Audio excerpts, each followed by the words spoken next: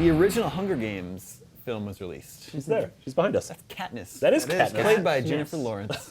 J-Law is that's just what I like to call it. Those of us in the biz. I prefer pita bread. Yeah. Oh, Peter Pan. And then that series just wrapped up.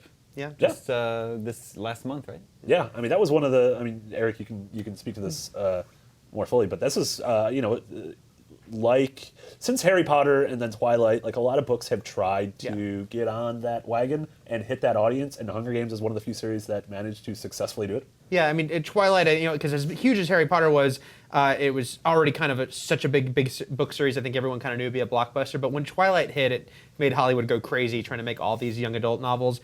But yeah, Hunger Games is one of the only ones that was a true blockbuster and also critically well received. Actually, I reviewed that movie for us. I went back and reread my review. And one thing I would sort of still stick by is that I know the first movie gets a lot of flack for the shaky cam, and I do think it goes too far. Yeah. But tonally, I think that movie did a great job because there were still people who didn't really know the books who might think, oh, it's going to be really glossy and a love triangle.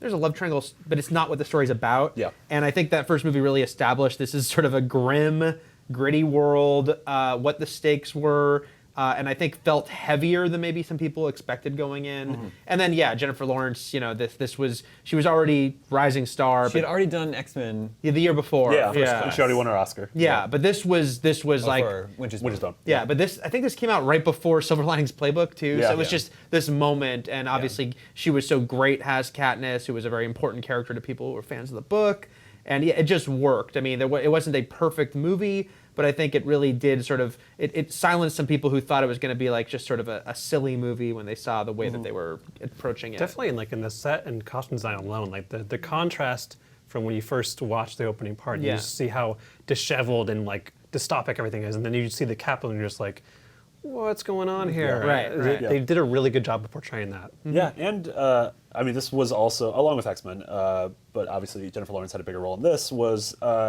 she proved that she can hold up tentpole summer releases, or summer or fall releases, and then also be in David O. Russell films and be nominated for Academy Awards. So, that's rare, I think, nowadays. Rare that someone can so easily straddle both lines. And I think another cool thing about Hunger Games that's sort of undervalued sometimes is the whole way it depicts, the media and selling an image. And even within the first movie, the fact, especially because cynics were like, oh, isn't that the one with the love triangle?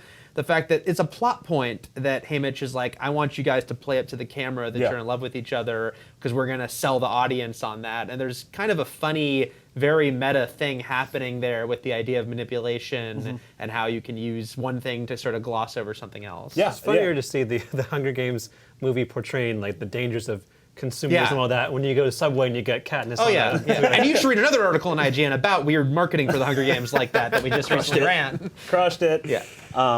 Yeah, and it's one of those, like, a lot of people were like, oh, this is derivative of Battle Royale. And it's like, well, everything's sort of derivative of everything else. But like you said, it brings really interesting ideas about media and about celebrity, the idea of celebrity to the table. And Battle Royale, I mean, I understand why it was like a touchstone for a lot of people, especially IGN readers. But yeah, like Battle Royale did not invent that idea, you know? Killing people is not a new idea. Yeah. And the killing people sort of has a show is not a new idea either.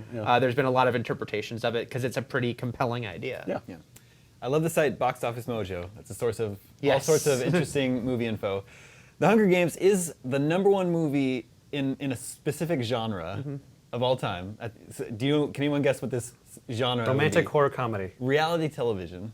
If you consider that to be a movie genre, Hunger Games is #1. Over, like, because it portrays a reality TV show. Would, like, found footage movies be under that one Jim Carrey movie? The Truman Show? Yeah, it did